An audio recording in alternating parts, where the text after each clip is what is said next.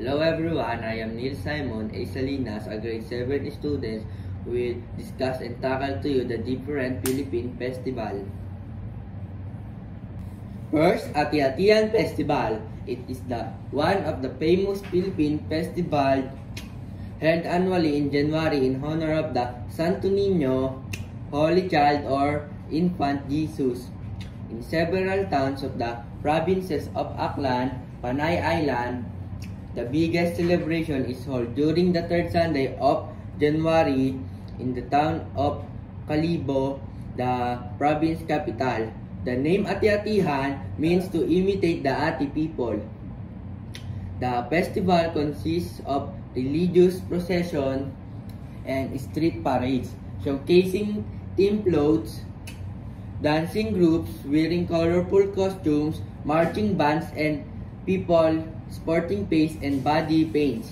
The street parade is known as Sad-Sad, which also what locals calls their way of dancing, where the foot is momentarily dragged along the ground in tune in the beat played by the march band.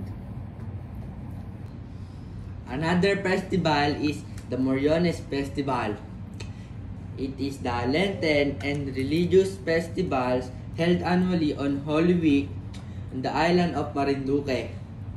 The Moriones are men and women in costume and mask replicating the garb of biblical imperial Roman soldier as interpreted by locals.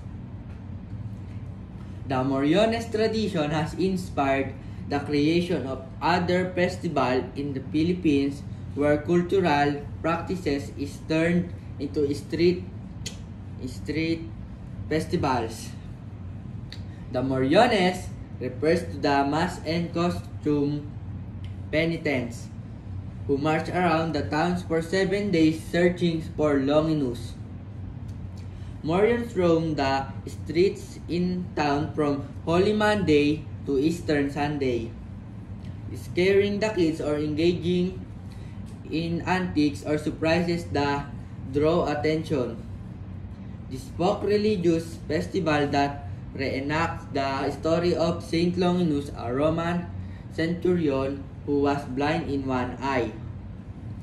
One of the highlights in this festival is Via Crucis, a reenactment of the suffering of Christ on his way to Calvary.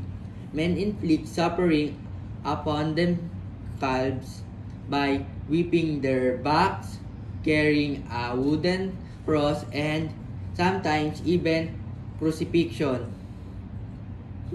The Kadayawan Festival is an annual festival in the city of Davao.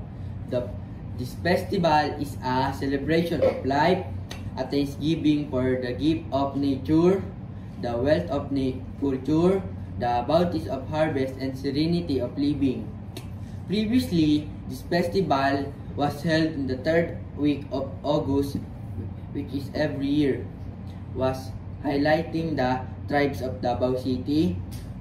One of the highlights of Kadayawan Festival in Indak-Indak sa Kadalanan, which translate to street dancing. This is a showcase of the diverse indigenous cultures of region. The festivities feature different communities in Mindanao dancing in vibrant costumes that highlights their indigenous heritage. The Ibalong Festival is non-religious festival in Legazpi City, Albay, based on the Ibalong epics and is held on August. The festival celebrates the epic story of Ibalong, who was accompanied by those legendary heroes, namely Baltog, Hanjong, and Bantong. The Sinulog Santo Niño Festival is an annual cultural and religious festival held on the third Sunday of January in Cebu, with the center of activities from being in Cebu City. This is the center of the Santo Niño Christian celebration in the Philippines. The festival is considered to be the biggest festivals in the Philippines, with every celebration of the festival routinely attracting between 1 million and 1.5 million people each year. Aside from the religious aspect of the festival, Sinulog is also famous for its street party, usually happening the night before the night of main festival. The word Sinulog came from Cebuano adverb sulog means like a water current movement, describing the forward, backward dance movements.